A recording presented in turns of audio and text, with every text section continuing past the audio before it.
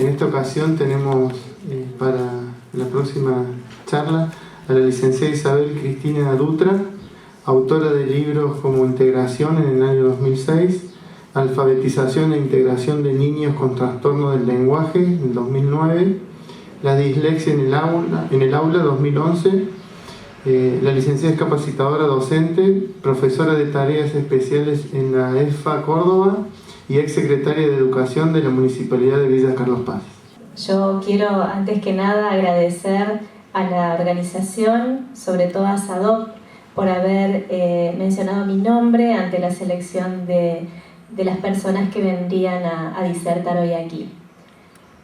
Bueno, yo vengo a ofrecer una conferencia sobre trastornos del lenguaje en el entorno escolar y en realidad no vamos a detenernos en ningún momento en los aspectos clínicos, ni médicos, ni fonológicos de los trastornos, sino que vamos a hablar de las conductas observables de los niños en el entorno áulico para que podamos mirar, tener una mirada distinta, poder detectar aquellos niños que pueden tener un trastorno del lenguaje para reducir las posibilidades de que éste se transforme luego en un trastorno de aprendizaje y que luego sí se revista y se observe en cada una de las áreas de la escuela. Antes de comenzar, yo quiero hacer una diferenciación entre lo que es un retraso del lenguaje y lo que es un trastorno del lenguaje. El retraso del lenguaje es cuando un niño viene cumpliendo con las etapas de desarrollo, pero más lentamente o desfasado con respecto a su edad. Pero nosotros podemos observar que el niño va adquiriendo el vocabulario, va pronunciando, va construyendo, aunque no en las etapas correctas. Ese retraso se puede revertir simplemente con estimulación. Distinto es el trastorno del lenguaje, cuando nosotros observamos fallas graves, cuando es tanto en lo expresivo como lo comprensivo, y cuando observamos recurrentemente fallas que son notorias en el lenguaje oral y después, lógicamente, si no es trabajado, esta también se ve en el lenguaje escrito. Yo le voy a agregar a esto que antes de que el niño llegue a la escuela propiamente dicha, la escuela formal, generalmente hoy es muy raro que un niño no haya ido primero a una guardería. Entonces, generalmente en la guardería cohabitan niños con distintas formas de habla, con distintas costumbres, distintas culturas, distintas formas de llamar a los objetos, y a las maestras de prejardín esto les suena colorido y como que todavía no es edad para llamar la atención sobre ello. Pero sin embargo, algo que sí hacemos las mamás y que también hacemos los docentes una vez que el niño ingresó a la escolaridad formal es intervenir en las correcciones de su dicción. Cuando intervenimos recurrentemente sobre la dicción del niño, cuando sabemos que tiene errores, esto lejos de corregirlo inhibe y deja de hablar. Y cuando corregimos aún más la fluidez verbal del niño y ponemos encima de esas palabras no dichas nuestras propias palabras, el niño deja de hablar. Entonces, para que no nos sintamos nada culpables en el día de hoy, estas son dos cosas que deberíamos intentar erradicar y tal vez pedir una interconsulta. Alguien que nos diga de qué manera manejarnos cuando el niño ya comienza con fallas que son muy importantes en su elocución.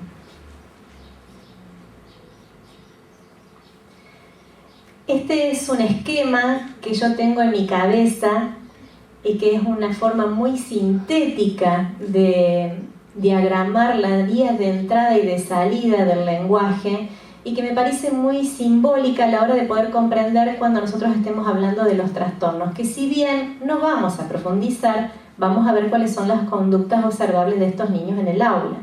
Y no puedo dejar de mencionarlo.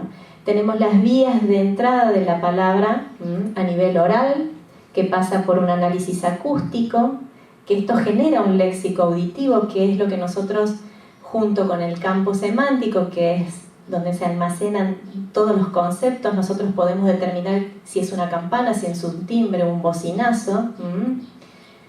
El léxico fonológico como vía de salida, y el almacén de fonemas, que es lo último que selecciona nuestro sistema nervioso para que salga el lenguaje oral. Y en la palabra escrita sucede lo mismo. Para nosotros los videntes, la palabra escrita ingresa por la visión. Esto genera un análisis visual de lo que estamos mirando, lo que estamos leyendo, genera un léxico visual que interactúa con nuestro campo semántico. De hecho, las personas que leen cada vez más velozmente y no necesitan detenerse en la palabra, simplemente corren por el renglón, incluso hasta 2 a 3 renglones con la misma velocidad. A quienes leen mucho también les pasa que van por la vía pública y pueden leer un cartel sin tener que detenerse a mirarlo, simplemente un avistaje y ya saben lo que dice. Esto lo genera el léxico visual. No por nada todos recomiendan que leamos y leamos y leamos material gráfico. Todo lo que nosotros miramos va a nuestro sistema semántico. Esto se guarda en eslabones, las palabras se encadenan por significación, por su uso, y de ahí las seleccionamos cuando necesitamos escribirlas, pasa a un léxico ortográfico, nuestro sistema nervioso central selecciona cuáles son los grafemas y se transforma en escritura. Esto en cuestión de segundos, ¿sí? Hoy vamos a mencionar los trastornos del lenguaje que podemos encontrar en la escuela, que son la dislexia, que es netamente un trastorno del aprendizaje de la lectura y la escritura, el trastorno anártrico o disartria, que es muy difícil de que lo encontremos ya en la escuela porque posiblemente esto se detecte antes, en el nivel preescolar, porque es muy significativo, ya vamos a ver qué cosas lo componen. El trastorno afásico o la disfasia, que es uno de los más comunes de encontrar, inclusive tiene distintos niveles. La disfluencia, que era lo que llamábamos antiguamente la tartamudez. La dislalia, que es un trastorno simple. Y la hipoacusia y el TGD, que no son trastornos del lenguaje, pero que lo revisten. Estos trastornos traen implícito un trastorno del lenguaje. Recién mencionábamos la dislexia al inicio, es un trastorno en el aprendizaje de la lectura y la escritura y que después, si no está bien intervenido y bien estimulado, se convierte en un trastorno de aprendizaje. Los niños con dislexia perseveran en errores, no es que son errores aleatorios, perseveran en errores a nivel escrito. Nosotros podemos darnos cuenta en los primeros años porque estos niños generalmente han iniciado con una dislalia, que son estos cambios de letra en el habla al pronunciar. Entonces algo ya nos empieza a llamar la atención. Después en su vida son niños desordenados, nunca saben dónde han dejado los zapatos, si guardan un objeto no lo guardan en el lugar que deberían haberlo guardado. Son los chicos que en las carpetas sacan hojas y después no saben a dónde iban para volverla a incorporar. Toman los cuadernos de atrás para adelante y de adelante para atrás y les da lo mismo, porque tienen un problema de lateralidad. Revierten sílabas en la escritura que son como muy claves, están señaladas ahí: se, es, le, el, es, se, casa, saca. Y las letras más comunes, que son la B por la D y la Q por la P.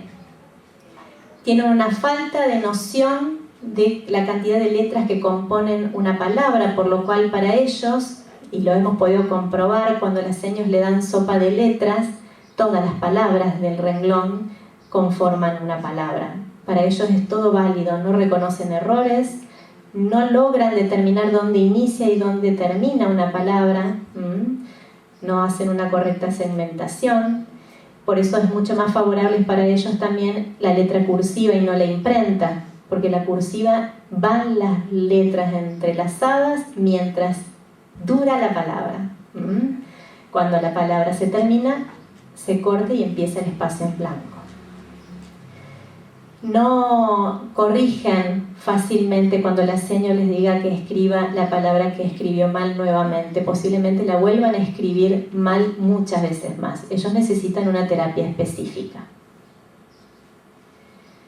Otros aspectos significativos que yo les señalo acá es la anticipación errónea a la lectura. Son chicos que empiezan a leer y después van adivinando lo que va diciendo el resto del renglón y después siguen adivinando en el resto de la lectura, por lo cual afecta terriblemente la comprensión, porque luego van a contestar de acuerdo a lo que interpretaron de su propia adivinación. ¿Se entiende? ¿Sí? La escritura por copia presenta el mismo error que la escritura espontánea. Puede ser tal vez un grado menor, pero como acabamos de ver cómo ingresa y cómo sale la palabra, no podemos no pensar que la escritura por copia no va a ser errónea. Cuando pasa por el proceso del campo semántico, lo volvemos a reelaborar para volverlo al cuaderno. Entonces, por más que nos dicten y por más que copiemos, posiblemente el margen de error sigue existiendo, ¿sí? Se les dificulta terriblemente realizar inferencias sobre un texto, por lo que acabamos de decir. Son chicos que no pueden seguir una secuencia de varias consignas dadas, más vale de a una por vez. Y acá hago hincapié nuevamente sobre la reversión de las sílabas y la no identificación de los grafemas. Básicamente la dislexia es una imposibilidad de asociar el sonido a un determinado grafema, pero no con todas las letras, y no es igual en todos los niños con dislexia, ¿sí? Hay dislexias profundas, dislexias leves, dislexias fonológicas, de todo tipo. Entonces hay que ver cuál es la modalidad de este niño y cuál es el tipo de error que comete para poder corregirlo. Sí o sí necesita la intervención de un terapeuta, ¿sí? Vamos a hablar ahora del retardo anártrico. El retardo anártrico es algo muy difícil de encontrar, vuelvo a repetir, en la escolaridad formal, porque generalmente ya ha saltado a la vista de todos que este niño tiene una imposibilidad de producir lenguaje oral y seguramente lenguaje escrito. Nos damos cuenta porque son niños que no logran las praxias comunes. Las praxias son los movimientos aprendidos, los automatizados, como ponerse un abrigo o sacárselo, ponerse la mochila. Primero ha sido un movimiento que hemos aprendido, decir pasamos un brazo, pasamos el otro, para ponernos la mochila. Bueno, esto no lo pueden automatizar. Tampoco atarse los cordones o vestirse solos, necesitan ayuda, son niños torpes, que tal vez tampoco les resulte fácil agarrar un lápiz, cortar con una tijera. Y el trastorno es bastante complejo. Hay niños que logran desarrollar lenguaje oral con una muy buena terapia y con mucho esfuerzo. Hay que hacer toda una intervención desde la escuela para poder acompañarlos. El trastorno del aprendizaje y fonemas y toda la organización del lenguaje se ve implicado, por lo cual sí o sí, si ustedes son docentes, me van a preguntar, ¿hay que hacer adecuación? Y sí, seguramente este niño va a necesitar instrumentos para poder progresar en el aula diferentes a los de sus compañeros. La narración, la escritura espontánea se va a ver tan implicada en esto como su lenguaje oral. Y el lenguaje oral va a ser apoyado por mímica, por dibujos, por elementos complementarios que puedan hacer que este niño se pueda expresar. Pueden, bueno, yo lo dije, expresarse con dibujos, y en casos muy severos estos niños va decayendo su autoestima porque ven que no logran lo mismo que sus compañeros. Si no están bien contenidos, ya sea desde la escuela y desde el grupo familiar, se vuelven hostiles, se aíslan, se pueden llegar a autoagredir. Es un cuadro bastante complejo que hay que acompañar. Uno asocia la dispraxia muchas veces con los pacientes que han sufrido ACV. Pues hay niños que tienen lesiones que son similares a esto. Nosotros en una oportunidad vino a consulta un niño que tenía todos estos componentes y que no había podido desarrollar absolutamente el lenguaje, solo se manejaba con palabras bisílabas, lila, lu, li, y era todo lo que decía. Después de una evaluación y suposición de que en el centro del lenguaje había una lesión que no se lo permitía, todo esto de no ponerse el abrigo, de no poder manejar la tijera, no poder atarse los cordones, no poder pedalear en el triciclo o una bicicleta, coordinar los movimientos. Finalmente, cuando vuelve el papá del neurólogo, nos informa que este niño tenía un tumor justo allí, en el área del lenguaje, que iba a convivir con él para toda la vida porque no era operable, tampoco era maligno, pero que evidentemente estaba obstaculizando. A través de la terapia se pudo compensar la función. Muchos dicen que el área del lenguaje se centra solamente en el área de Wernicke y de Broca, en el cerebro, y sin embargo estudios más avanzados han demostrado que el lenguaje lo compone todo el cerebro y todo el cerebro interactúa. De hecho, lo acabamos de ver, lóbulo occipital. Después le contaré otros casos con el lóbulo frontal también, cómo interviene en nuestras producciones orales y verbales. Y de hecho se pudo compensar esta función para que este niño pueda avanzar en la escolaridad y seguir adelante en su desarrollo personal. No sé si no egresó o está por egresar. Ya debe haber egresado, me parece, sí. Distinto es el trastorno afásico. Goldstein, me encanta esta definición porque yo creo que es así, haber conocido profundamente, yo hablo de los espíritus, de las almas de estos niños, realmente son estructurados diferentes. Ellos ven el mundo de otra manera. El paciente afásico no es una persona con lenguaje modificado, sino un hombre modificado. Ellos tienen una personalidad distinta. El trastorno afásico, también llamado disfasia, depende del autor que ustedes tomen, puede ser Ascuaga, Derman Iglesias, Quirós, bueno, distintos autores, pero se refieren exactamente al mismo trastorno. Hay un trastorno que tiene varios componentes, como la comprensión del lenguaje, que se ve afectado, comprenden el lenguaje literal, no pueden comprender el doble discurso, los chistes, las metáforas, se les complica muchísimo. Son chicos que en la escuela primaria se cansan, presentan agotamiento apenas transcurren las primeras horas de clase, se distraen muchísimo, les cuesta concentrarse, son los que les sugerimos a los seños que lo traigan adelante. Yo escuché eso, a todos no podemos traer adelante, ¿no? Pero a estos chicos se les sugiere que estén bien pegaditos al pizarrón. Tienen una escasísima tolerancia a la frustración, y estos niños son los primeros en saber qué es lo que les sucede y cuáles son sus limitaciones. Que a diferencia de otros trastornos, los otros necesitan conocer y aprender qué es lo que les sucede. En estos casos, estos niños en la primera hora empiezan a saber que ellos no enganchan, que no enganchan con la clase, que no entienden lo que la señora dijo porque usó palabras muy complejas, que no logran desarrollar todas las actividades de la hoja porque en la segunda se agotaron y no pudieron seguir, porque es tanto la energía que implica el análisis del discurso de un problema para ellos y dilucidar cómo resolverlo, que no les queda energía para poder resolver en los subsiguientes. Donde si hubo un error en el primer ejercicio, habrá margen de error para los otros, y a mayor error, mayor posibilidades de seguir equivocándose, porque ellos se van frustrando en la medida que lo van haciendo.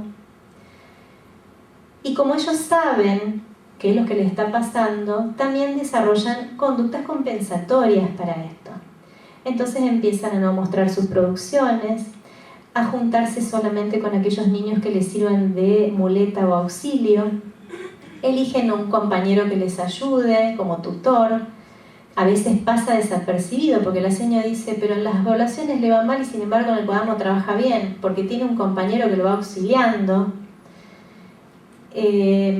Eligen sus amistades, chicos que no se vayan a burlar de él ni que se den cuenta tan prontamente de su déficit, porque a diferencia de los otros, ellos hablan muy bien, no se ve trastorno en la elocución, en su lenguaje oral.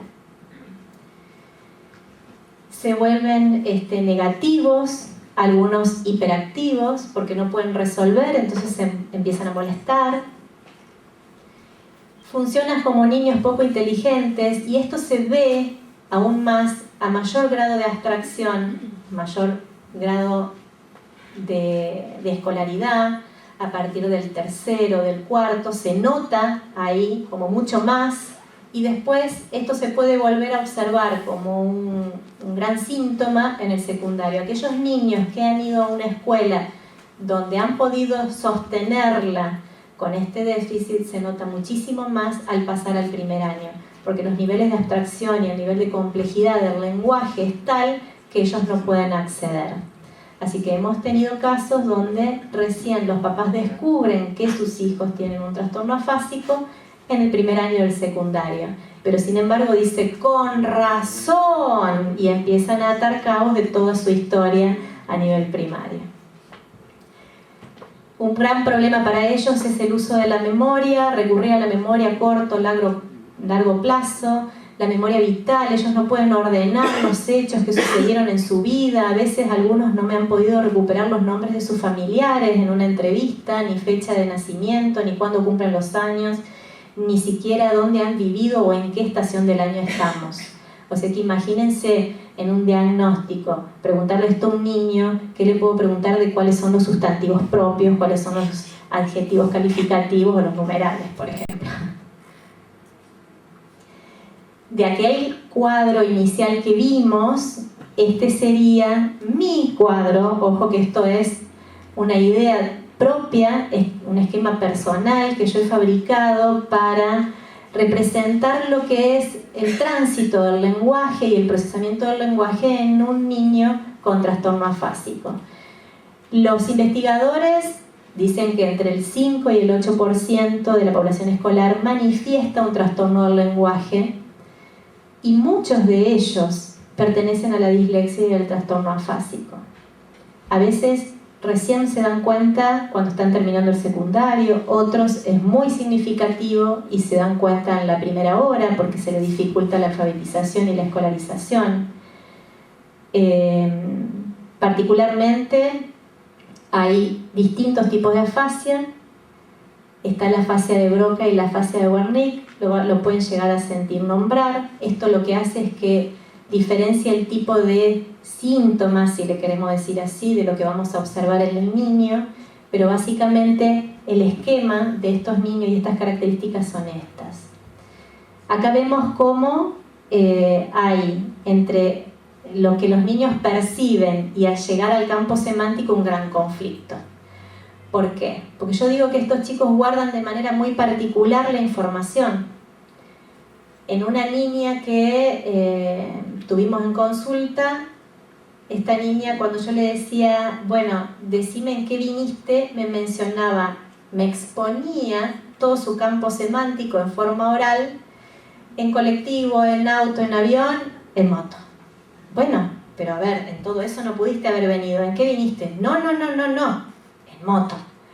Pero lo sacaba y lo dejaba en evidencia y ella no podía seleccionar en el primer momento en qué había venido, pero el último siempre era la respuesta válida. Imagínense trasladado esto al aula. Ella levantaba la mano y la primera respuesta era irónica o totalmente descontextualizada. Cuando pudimos observar que ella no podía seleccionar, empezamos a trabajar en que guardara silencio y seleccionara solamente en su cabeza. Entonces uno podía observar cómo los ojos le iban y le venían, y yo decía, no lo largues, pensá, hasta que finalmente me decía cuál era el objeto que yo le estaba pidiendo. Otra característica es que estos niños demoren tanto en el proceso de búsqueda de la información a este campo semántico, que se produce un periodo lacunar muy importante, lo que obstaculiza en el momento del aprendizaje, porque cuando la señora preguntó y él todavía la está buscando, ya pasaron a otro tema, y cuando ella llegó a ese nuevo tema, ya ni sabe de lo que están hablando. Otra particularidad es que en los campos semánticos mezclen la información, y esto es muy fácil. Si a un niño le damos un grupo de tarjetas de animales y de verduras y le decimos, dividime en 2, ustedes compruébenlo, los niños separan y clasifican automáticamente entre animales y verduras y generan dos grupos distintos. No hace falta que uno les dé el criterio de selección. Estos chicos mezclan, permanentemente mezclan las clasificaciones, porque allí, en ese campo semántico, está todo mezclado y hay que empezar a trabajar en la clasificación. Por supuesto, de allí, de lo que buscan atraerlo al cuaderno, está todo complicado, porque así como no pueden seleccionar la información adecuada, tampoco pueden en su discurso hacer una síntesis para una respuesta. Pueden contar en una evaluación, llenar hojas y hojas y hojas y no responder la respuesta porque nunca pudieron llegar al meollo de la cuestión. Entonces me saqué un 2 y yo contesté un montón y debe haber contado hasta las comas de todo aquello, pero no llegaron a lo que la docente estaba preguntando. Y este es un error muy característico. Las fallas en la memoria, un lenguaje contaminado, puede haber neologismos, palabras inventadas por los chicos. Y un caso muy particular de primer año, que se los voy a contar y ya termino con este, el trastorno afásico, es un joven que nunca se sospechó que él había tenido una lesión, y llegó al primer año y el profe de religión le dice, bueno, a ver, Fernando, contame el milagro de la Anunciación. Y el joven le dice, bueno, bajó el chabón con alas y le dijo a la flaca que iba a quedar embarazada de Jesús. Tiene un 1 por vivo. No, le dice, pero si yo estudié. Bueno, él reemplazó por su lenguaje, que esa es otra habilidad compensatoria, cuando no pueden evocar el lenguaje preciso de la materia, reemplazar por su propio lenguaje coloquial para poder exponer que él había estudiado y sabía de qué se trataba. Términos equivocados en este caso. Otro de los trastornos es la disfluencia, la llamada tartamudez. Es mucho más característico en varones que en mujeres. El 1% sufre de tartamudez. Hay una tartamudez en la primera edad de los varones que es característica y hay que esperarla a ver si se va, que suele producirse entre los 2 años y medio, 3 y 4. Se va solita. Esa no hay que tenerle miedo, pero sí hay que tener miedo si esto persiste y arrancamos en los primeros años de la escolaridad y esto todavía existe. Más que nada por todo lo que ocasiona en el sujeto. Son sujetos retraídos, sujetos tímidos, con baja autoestima, con mucha impotencia de no poderse expresar. Generalmente son personas muy inteligentes y sin embargo nunca lo pueden demostrar. Entonces sí o sí hay que buscar una ayuda.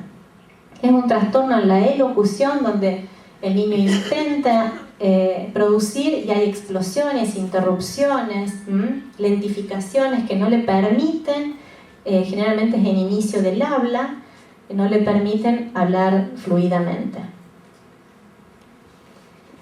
Y la dislalia es un trastorno simple del lenguaje, es cuando los chicos modifican, cambian una letra por otra, se manifiestan el lenguaje expresivo, es típico en los niños más pequeños. Yo siempre digo que la última letra que sacan los niños antes de entrar a la escuela es la R y la podemos esperar hasta los principios del primer grado. Pero si ya hay una serie de sustituciones en el lenguaje oral, lo que nosotros sí o sí debemos indicar es que esto sea superado antes de iniciar la lectura y la escritura, porque si ya vimos aquella lámina, aquel esquema inicial, sabemos que la escritura la tenemos que procesar como acto dictado. Entonces si el niño las altera, las va a alterar en la escritura también. Entonces sí o sí, por más que sea una cuestión simple y que con no un tratamiento prolongado lo puede superar, es necesario que se intervenga. En este no interviene el sistema nervioso, o sea que es hasta mucho más sencillo.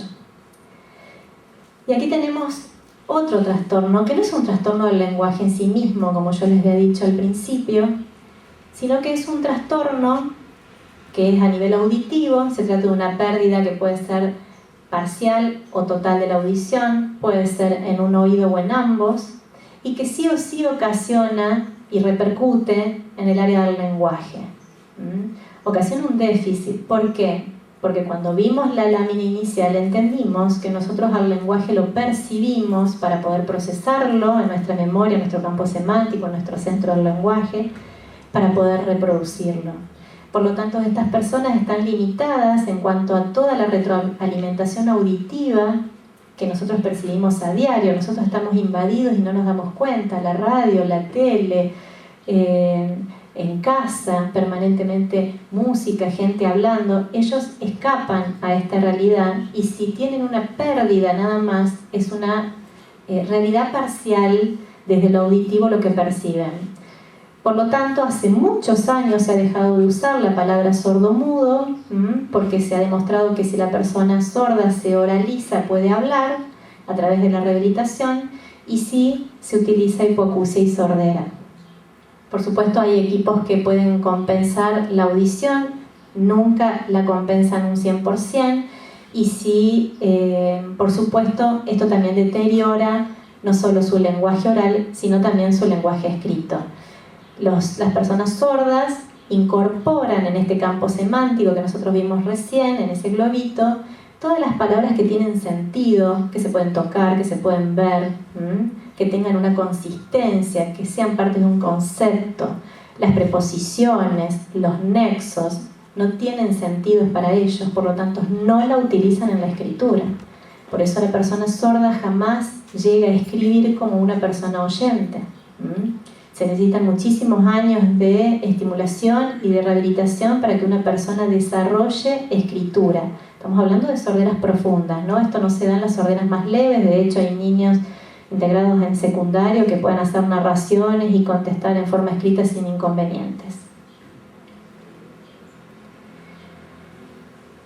Estos trastornos del lenguaje que vimos recién pueden coexistir con otros problemas, con el déficit mental, con trastornos emocionales y con medios afectivos y emocionales inadecuados. Y esto, cuando decimos esto, estamos hablando del lugar donde proviene, a lo mejor el barrio donde vive o la casa donde habita. Y aquí llegamos a los trastornos generalizados del desarrollo, que sin duda es un trastorno de comunicación. Entre todas las características que tiene este trastorno, el que es más relevante es la comunicación. ¿Cómo nos vamos a dar cuenta que un niño tiene trastorno generalizado del desarrollo? El trastorno generalizado del desarrollo, estamos hablando de un trastorno que implica muchas áreas del desarrollo desfasadas o que no responden a la edad cronológica del niño. No me gusta usar el término normalidad porque no lo utilizo como regla para medir. Sí podemos hablar de parámetros esperables. Son niños que tienden al aislamiento, no imitan, no usan los juguetes con el fin del juguete mismo. Generalmente ellos a los juguetes los usan simplemente para ordenarlos en hilera o hacerlos girar. Le buscan otro uso que no es el del juguete mismo. No representan roles. Pueden ser niños hiperactivos, pueden ser niños que se autoagredan, presentan trastornos en el sueño. Hay un apego excesivo a rutinas. Son chicos que si uno le cambia la rutina hacen berrinches terribles y estados de angustia muy prolongados. Y tienen una sensibilidad extrema a los sonidos. Cuando los chicos pasan un avión o alguien enciende una aspiradora, se tapan los oídos y se esconden con mucho temor.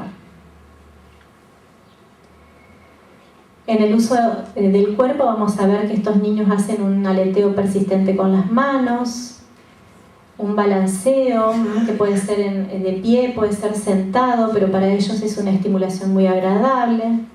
Girar sobre sí mismo. También puede haber chicos que se apeguen a un determinado elemento, como girar una rueda o un ventilador, y prefieran generalmente jugar a eso y no otra cosa, o se apeguen a un determinado tema. Esto no es aislado, esto es sumado a todo lo que estuvimos viendo recién. Y en el desarrollo del lenguaje se observa un desarrollo tardío, muy tardío, un lenguaje expresivo superficialmente, pueden llegar a tener un tono de voz muy adecuado.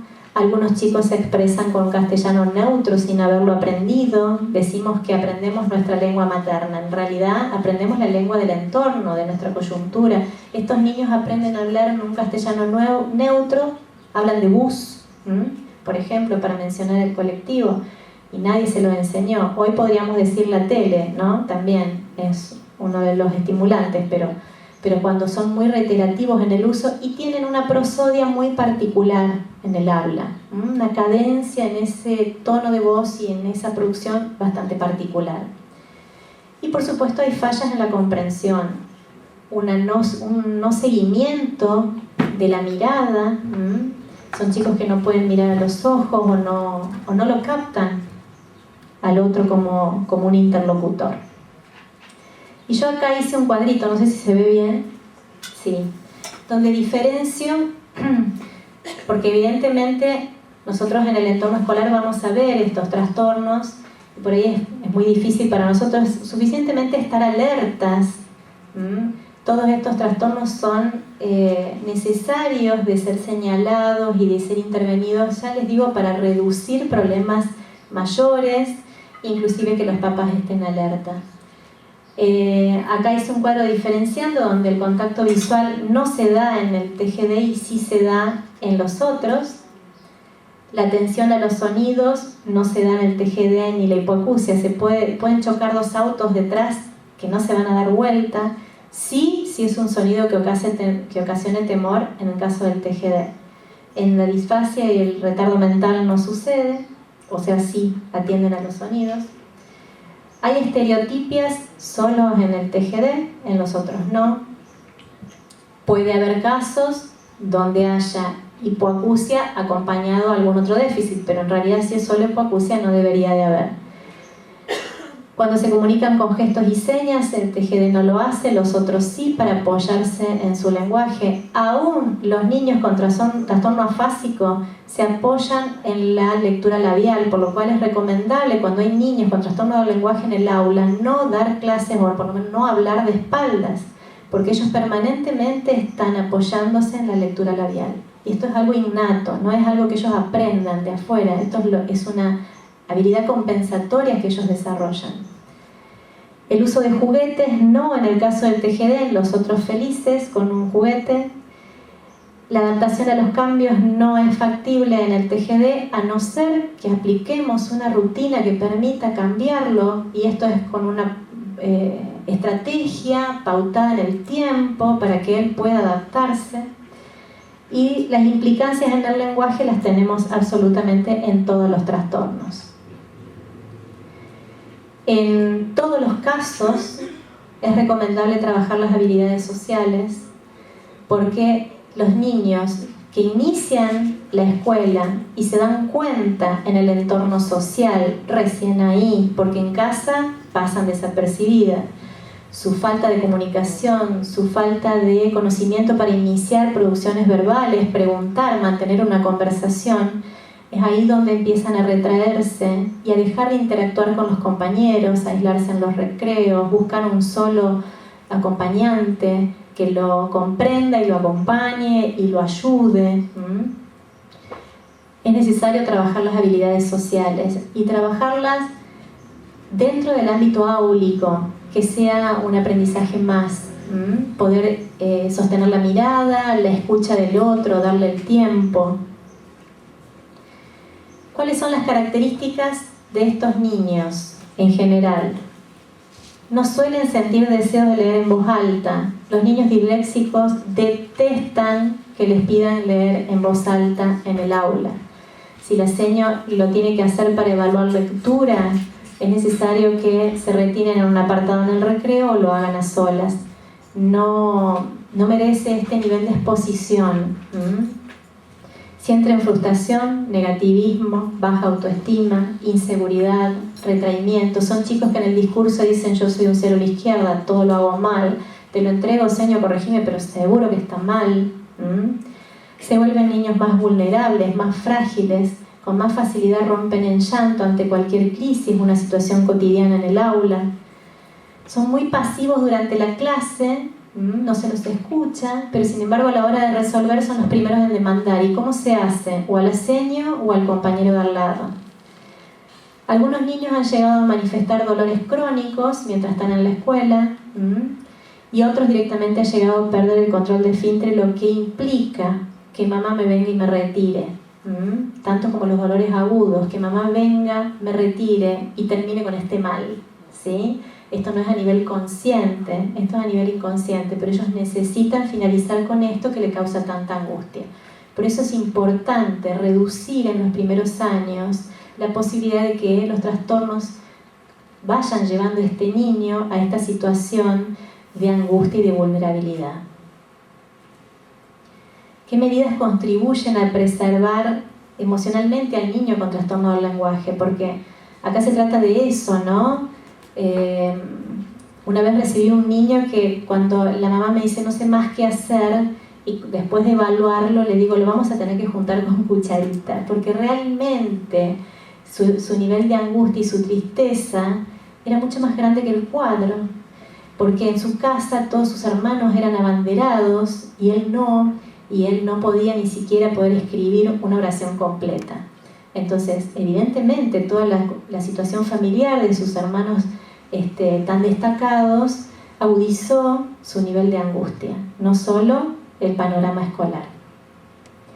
Hay que otorgarle el tiempo que haga falta para su elocución, poder esperarlo. Si le vamos a dar la palabra, esperarlo y que los chicos aprendan a darle ese tiempo. No intentar poner las palabras por él en este periodo lacunar cuando no sale, no brindarles nosotros la palabra, esperarlo, porque esto es más invasivo todavía. Propiciar espacios de escucha, recurrir al dibujo u otros mecanismos que lo ayuden a expresarse. Evitar corregir o repetir constantemente al niño. Yo he visto seños que llenan carpetas, hojas Rivadavia con las palabras en rojo del dictado que escribieron mal. No lo hace corregir esto, ¿no? Esto necesita una terapia específica. Yo he visto cuando los niños van escribiendo la primera palabra bien, la del lado de la seña, y el resto, el error, nuevamente perseverando hasta el final del renglón. Entonces no solo que no lo corrige, sino que además lo acentúan, ¿no? Hay que buscar otras estrategias que son específicas para poder revertir esto. Reforzar los éxitos. Ellos saben perfectamente qué es lo que hacen mal y todo el mundo se los dice, pero pocas veces reforzamos los éxitos y a lo mejor acentuando las cosas buenas que hacen. Esto levanta su autoestima y el margen de error lo reducimos un poco. En todos los casos, habíamos dicho, debe haber la intervención de un profesional para que no solamente trabaje con el docente y le diga de qué manera trabajar con este niño, sino que trabaje con la familia, porque nadie nace siendo papá ni sabe hacerlo. Imagínense de un niño que no tiene nada más y nada menos que un trastorno en la comunicación o en el lenguaje, que es lo que nos socializa, nos hace poder comunicarnos, manifestar intenciones, necesidades y emociones. Algunas estrategias áulicas que le tiro así rapidito: evitar la fatigabilidad de estos niños. A una señora yo le había indicado que esta niña hiciera su actividad y le pidiera que vaya y busque tizas. Me dice, voy a terminar la tarde con un kilo de tizas al lado de la mesa. No importa. El hecho de que ella salga, busque tiza y se oxigene y vuelva, ya le daba el respiro suficiente para poder retomar la próxima actividad. Evitar la sobreestimulación visual. Estos chicos que son tan distraídos, es preferible brindar un ámbito más neutro dentro del aula. Trabajar los textos adaptados o que previamente sean trabajados en casa para que el vocabulario no lo detenga a la hora de poder trabajar en clase, o la extensión del texto no lo detenga. En la corrección, brindar el modelo correcto, en todo caso con él que sea con un lápiz y no en rojo para que el cuaderno no lo impacte. Trabajar estructuras claras. Yo siempre digo pactar algunas estructuras de trabajo con él para que él sepa cómo moverse, qué es lo que el docente le va pidiendo, pero que estas estructuras no terminen siendo un hábito y que el niño ya le demos y no sepa cómo resolver o directamente resuelva por el mecanismo mismo que le hemos dado, sino que vayamos pautando algunos verbos de trabajo. Cuando yo te pido esto, quiere decir esto. Más adelante incorporamos otros verbos de trabajo, para que él sepa qué es lo que le estamos pidiendo, pero que no nos focalicemos solamente ahí, porque si no el niño no crece. No pedir lectura en voz alta, y esto es recurrente, tal vez evaluar a solas, y temporalizar las evaluaciones. Estos son los niños que necesitan que se la cortemos en partes, o le tomamos un pedazo hoy en la primera hora y el otro pedacito mañana en la primera hora, cuando él llegue y está fresco. Y evaluar el proceso. A estos niños les es más válido evaluar el durante que el resultado final. Evaluar también teniendo su situación inicial y no en referencia al contexto, no midiendo lo que hicieron los otros, o los otros llegaron hasta acá y él quedó, bueno, pero ¿cómo empezó? Sentarse cerca del docente, que el docente hable siempre de frente. Y termino con esta frase de Jacques Rancière que dice: la escritura traza siempre mucho más que los signos que alinea, traza el mismo tiempo cierto tipo de relación de los cuerpos con sus almas, de los cuerpos entre sí y de la comunidad con su alma. Yo siempre digo que el lenguaje no se trata solamente de palabras. Entonces, cuando un niño tiene un trastorno del lenguaje, el cuadro es mucho más que solo palabras. Muchas gracias.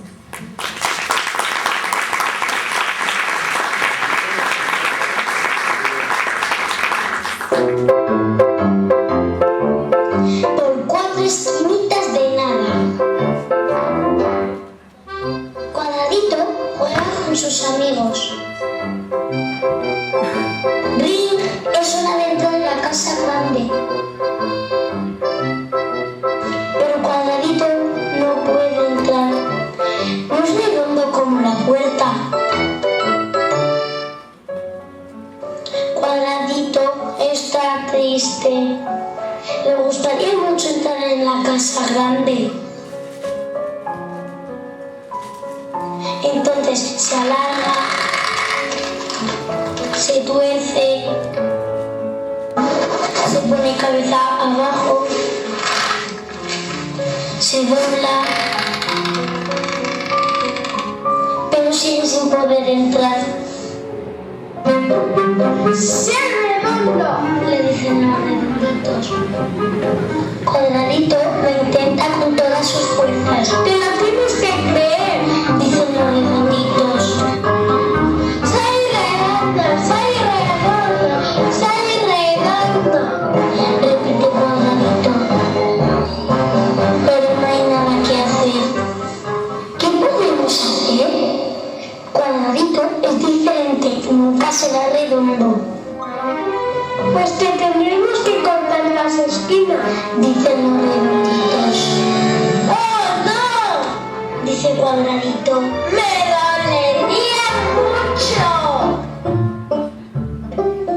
Los redonditos se reúnen en la sala grande, hablan durante mucho tiempo.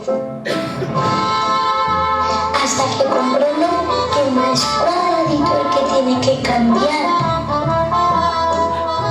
¡Es la rueda!